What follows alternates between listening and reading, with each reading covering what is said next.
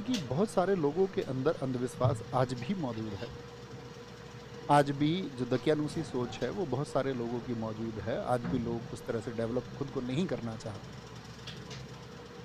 तो ये सती प्रथा थी क्या?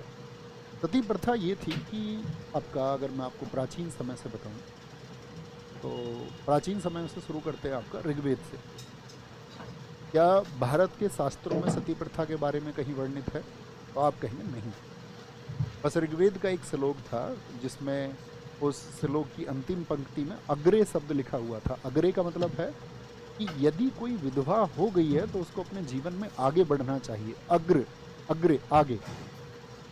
उसी श्लोक को समय आते आते आते आते उस प्राचीन चीज को बदल करके अग्रे को अग्ने कर दिया गया। यानी कि उस महिला को आगे की ओर नहीं बढ़ना चाहिए, उस महिला को अग्नि की ओर बढ़ना चाहिए। तो उसको क्या कर लिया, मैन्युपुलेट कर दिया गया। लेकिन बाद में मैक्स मूलर ने उसका खंडन किया और उसने सोर्सेज दिखाए बाद में कि ये तो गलत है, आपने जो मूल ऋग्वेद की चीज़ें थी उनको बदल दिया। तो कहने का मतलब क्या हुआ फिर? तो वहाँ पर तो नहीं है, बाकी अन्य किसी भी शास्त्र में इस बात का वर्णन नहीं मिलता। तो फिर सती प्रथा के बारे में जानकारी मिलती कहाँ से है? तो सती प्रथा के बारे में मैं आपको बताऊं, मुगलों के समय या आपका गुलाम वंश के समय मैंने बताया था आपको कि गुलाम वंश में मोहम्मद बिन तुगलक ने भी प्रयास किए थे अपने समय पर, हाँ या ना?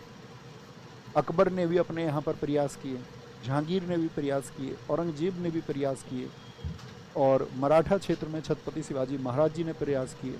बहुत सारे स्थानीय शासकों ने प्रयास किए। जैसे अहिल्याबाई होलकर जी आप जानते ही होंगे, उन्होंने अपने साम्राज्य को चलाया। लेकिन अहिल्याबाई होलकर अपनी बेटी को सती होने से नहीं बचा पाई। उनकी बेटी भी सती हुई थी। इवन पंजाब में जो आपका गुरु परंपरा चली, जिसमें सिख संप्रदाय में 10 महान गुरु हुए, उन्हीं में से जो तीसरे गुरु थे उन्होंने सती प्रथा के खिलाफ आवाज़ उठाई। लेकिन बाद में आप देखोगे एक महाराजा रणजीत सिंह थे, बहुत चर्चित राजा रहे हैं सिख का साम्राज्य के। महाराजा रणजीत सिंह की पत्नियों ने आपका सती प्रथा को अपना लिया था, 4 पत्नियों ने। तो ये सती प्रथा का मतलब क्या था? तो सती प्रथा का मतलब था कि पति की मौत के बाद में खुद को आग के हवाले कर देना, खुद को अग्नि के हवाले कर देना है। जैसे साथी मैंने आपको जौहर और साका समझाया था, तो वो आपको क्लियर है? जौहर जब आपका इस्लामिक आक्रमणकारी हमारे देश में आते थे, तो उनसे, उनके अत्याचार से बचने के लिए, ताकि वो भारतीय स्त्रियों के साथ ना